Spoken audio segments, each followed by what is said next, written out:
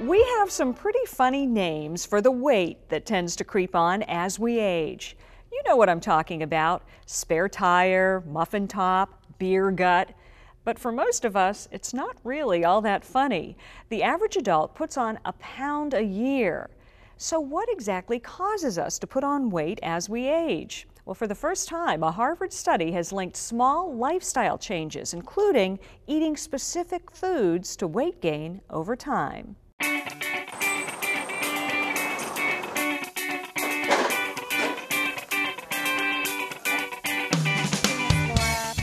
At Rock Bottom Fitness, it's a battle against time, or at least the pounds that tend to come with it. How you feeling, Natalie? Natalie Henshin is in the fight to stay fit. It does seem to be harder to maintain the weight. So even I've noticed a difference even in the last 5 years. I just turned 41 this year, so I would say the last 5 years it's gotten really tough. Cardio is amazing. Mark Gilman turned 50 and got a reality check. I began to put on weight, and it was very, very discouraging. You know, I wasn't really as energetic, and my clothes were, starting to really get tight, and I just felt this is ridiculous. I've got to get this under control. Okay. Even the pros worry about the weight that can come with age. Personal trainer Marja Blitz looks like she would never have an issue. But as she approaches 40, she's plotting her strategy and carefully watching her diet. It's always in the back of my mind how I'm going to have to change things up as my body gets older, as my hormones change. As we age, the hormones that maintain muscle mass decrease, and since muscle burns more energy, the loss of it can make us gain weight. That's why working out matters more. Do you know, like little 5-minute intervals here and there add up? Every movement counts. And just keeping your body moving. Your body loves movement. It takes a little energy to get energy.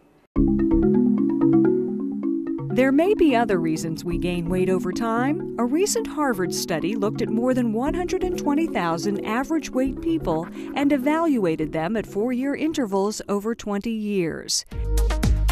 They identified specific foods that drive weight gain or loss. One extra daily serving of processed meat translated to a weight gain of nearly a pound over the 4-year period. An extra serving of red meat meant a little more weight gain than that. And sugar-sweetened drinks like soda add an even pound. Fries were the worst offenders in the study, adding more than 3 pounds for an extra daily serving. Potato chips were a close second, adding 1.5 pounds to your middle.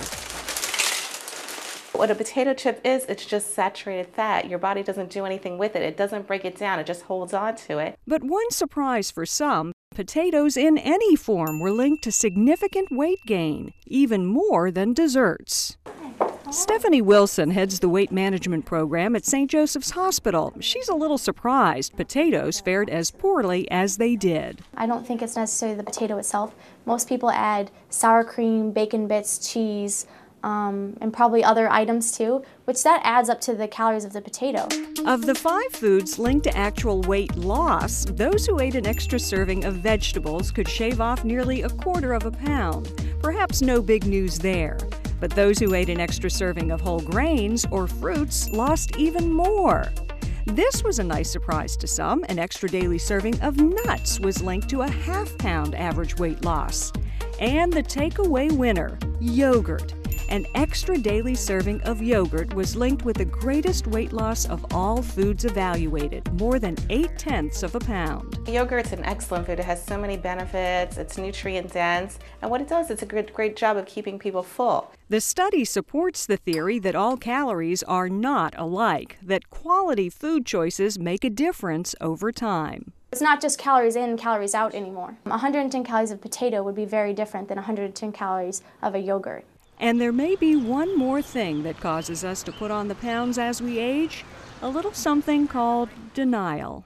A lot of times people say, well, I've been eating really good the past month, I don't know what's going on. But then they've kept their food records and you see fried foods, French fries, well that was a bad day, but then the next day was a bad day, and the next day was a bad day.